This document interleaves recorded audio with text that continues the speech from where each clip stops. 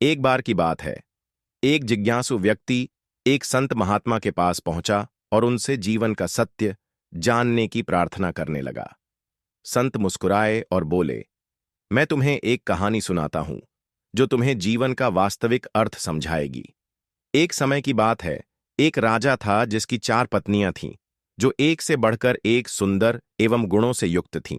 राजा उन चारों पत्नियों से प्रेम और स्नेह करता था, परंतु उसे चौथी पत्नी सर्वाधिक प्रिय थी।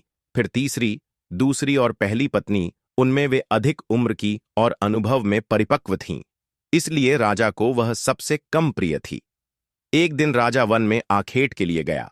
वहां उसे एक अज्ञात कीट ने काट लिया और वह एक दुर्लभ बीमारी से ग्रसित हो गया। वैद्य एवं तांत्रिकों ने अपनी सारी विद्या का प्रयोग किया, परंतु उसकी अवस्था सुधार नहीं पाए। अंततः उन्होंने यह कहा कि राजा की मृत्यु निकट है और अब वह कुछ ही दिनों के अतिथि हैं। राजा ने अपनी संपत्ति को रानियों में विभाजित करने का निर्णय किया, क्योंकि उसका कोई उत्तराधिकारी नहीं था। परंतु सामान्य रूप से विभाजन करने की जगह कौन सी रानी उसे कितना प्रेम करती है, इस आधार पर संपत्ति को बांटने का निर्णय किया। उसने एक चतुर योजना बनाई और सभी रानियों को एक एक करके बुलाया।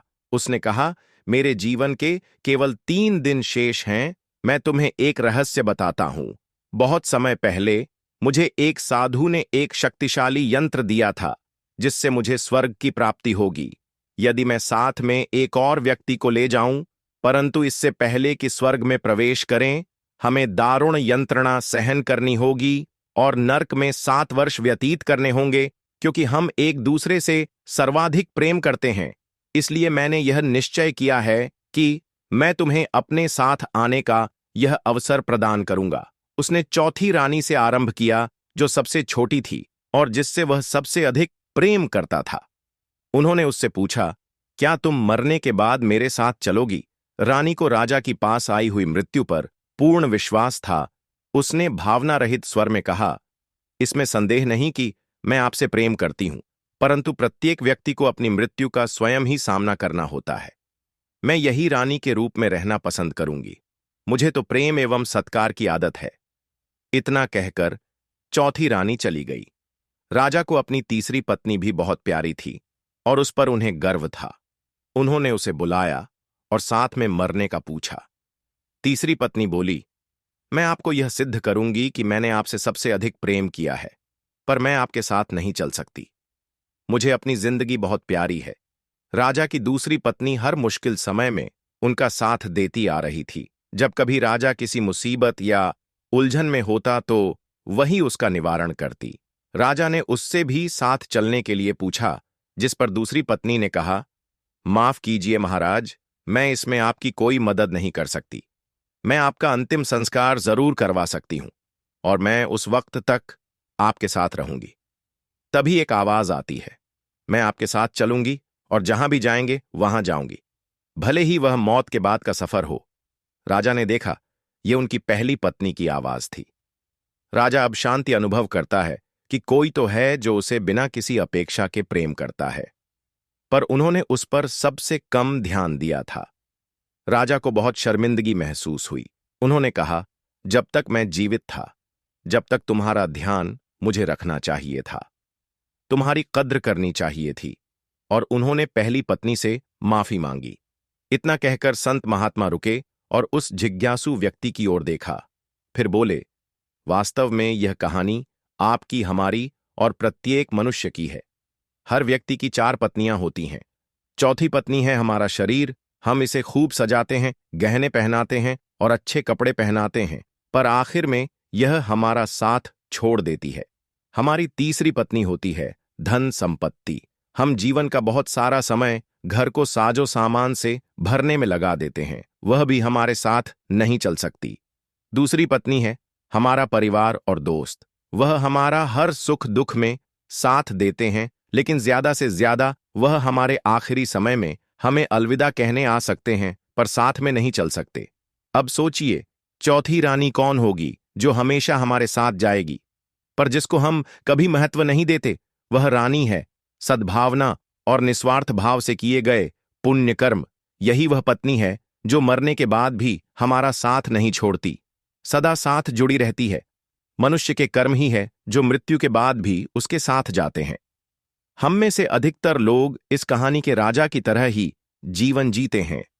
कहानी में बताए क्रमानुसार ही अपनी पत्नियों से प्रेम करते हैं। हालांकि यह जीवन का आधार भी है और आवश्यक भी है कि सामान के साथ आरामदायक जीवन जिए।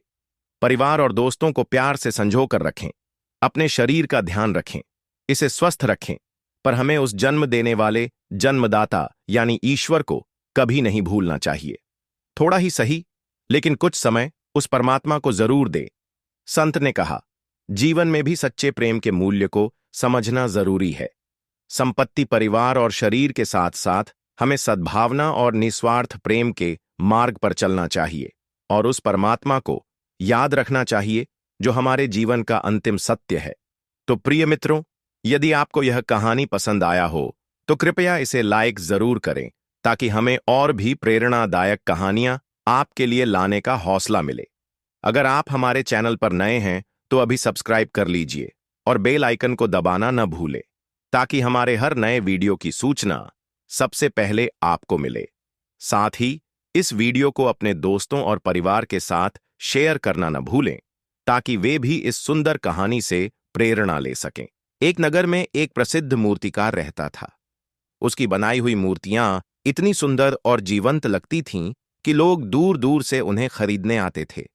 लेकिन वह मूर्तिकार बहुत ही अनुशासित और सख्त स्वभाव का था। वह अपने हर काम में पूर्णता चाहता था और हर छोटी छोटी चीज का हिसाब रखता था। उसकी कला में त्रुटि की कोई जगह नहीं थी और इसी कारण वह हर ग्राहक से उचित मूल्य वसूलता था। एक दिन एक वृद्ध संत उसके पास आए। उनके चेहरे पर शांति और आंखों में एक अनोखी चमक थी। वे मूर्तिकार से बोले, बेटा, मेरे लिए भगवान की एक सुंदर मूर्ति बना दो, परंतु मेरे पास अधिक धन नहीं है, इसलिए मैं धीरे धीरे इसकी कीमत चुका पाऊंगा। मूर्तिकार ने संत की ओर देखा और सोचा, मुझे इस काम से कोई लाभ नहीं होगा। यह संत पैसे नहीं दे पाएंगे और मैं अपना समय व्यर्थ नहीं कर सकता। उसने शांत लेकिन दृढ़ स्वर में कहा, माफ कीजिए बाबा, मैं बिना उचित मूल्य लिए मूर्ति नहीं बनाता। संत ने मुस्कुराते हुए सिर झुकाया और बिना कोई क्रोध या शिकायत किए वहां से चले गए। कुछ दिनों बाद मूर्तिकार बाजार में गया। वहां उसने देखा कि वही वृद्ध संत सड़क किनारे बैठे थे और गरीबों को भोजन करा रहे थे। उनके पास अधिक धन नहीं था, फिर भी वे प्रेम पूर्वक हर भूखे को खाना खिला रहे थे। मूर्तिकार यह देखकर चकित रह गया। उसने सोचा, मैं अपने हर काम में हिसाब रखता हूं, लाभ हानि देखता हूं, लेकिन यह संत बिना किसी स्वार्थ के प्रेम पूर्वक सबको भोजन करा रहे हैं। क्या मेरा प्रेम मेरी कला से भी छोटा है? वह संत के पास गया और विनम्रता से बोला, बाबा, आपके पास अधिक धन नहीं है, फिर भी आप बिना किसी स्वार्थ के दूसरों की सेवा करते हैं। आपको भय नहीं लगता कि भविष्य में आपके पास कुछ न बचे? संत ने मुस्कुराकर उत्तर दिया, बेटा, प्रेम और दया का हिसाब नहीं रखा जाता। जब तुम अपनी कला में पूर्णता लाने के लिए जी जान लगा सकते हो, तो क्या प्रेम में भी वही पूर्णता नहीं होनी चाहिए? नई दिशा। उनके शब्दों ने मूर्तिकार के हृदय को छू लिया। उसने उसी क्षण निश्चय किया कि वह निःस्वार्थ प्रेम की महत्ता को समझेगा। अगले दिन वह स्वयं संत के पास गया और बोला, बाबा, मैं आपके लिए मूर्ति बनाऊंगा और इसके लिए मुझे किसी धन की आवश्यकता नहीं है। यह मेरी ओर से भेंट होगी। संत ने आशीर्वाद देते हुए कहा, बेटा, आज तुमने सच्ची कला को जाना, जो केवल हाथों से नहीं बल्कि हृदय से बनती है। मूर्तिकार ने प्रेम और निस्वार्थता से वह मूर्ति बनाई और वह उसकी अब तक की सबसे सुंदर मूर्ति बनी। उसने महसूस किया कि जब कर्म में प्रेम और सेवा का भाव होता है तो वह और भी सुंदर बन जाता है। सीख। सच्ची कला केवल पूर्णता से नहीं बल्कि प्रेम और निस्वार्थता से भी बनती है। जब हम बिना स्वार्थ के कुछ देते हैं तो हमें असली आनंद और संतोष मिलता है। प्रिय मित्रों, यदि आपको यह कहानी पसंद आया हो तो कृपया इसे लाइक जरूर करें ताकि हमें और भी प्रेरणादायक कहानियां आपके लिए लाने का हौसला मिले। अगर आप हमारे चैनल पर नए हैं तो अभी सब्सक्राइब कर लीजिए और बेल आइकन को दबाना न भूलें ताकि हमारे हर नए वीडियो की सूचना सबसे पहले आपको मिले। साथ ही इस वीडियो को अपने दोस्तों और परिवार के साथ शेयर करना न भूलें, ताकि वे भी इस सुंदर कहानी से प्रेरणा ले सकें। धन्यवाद। फिर मिलेंगे एक और प्रेरणादायक कहानी के साथ। तब तक के लिए जय श्री कृष्ण।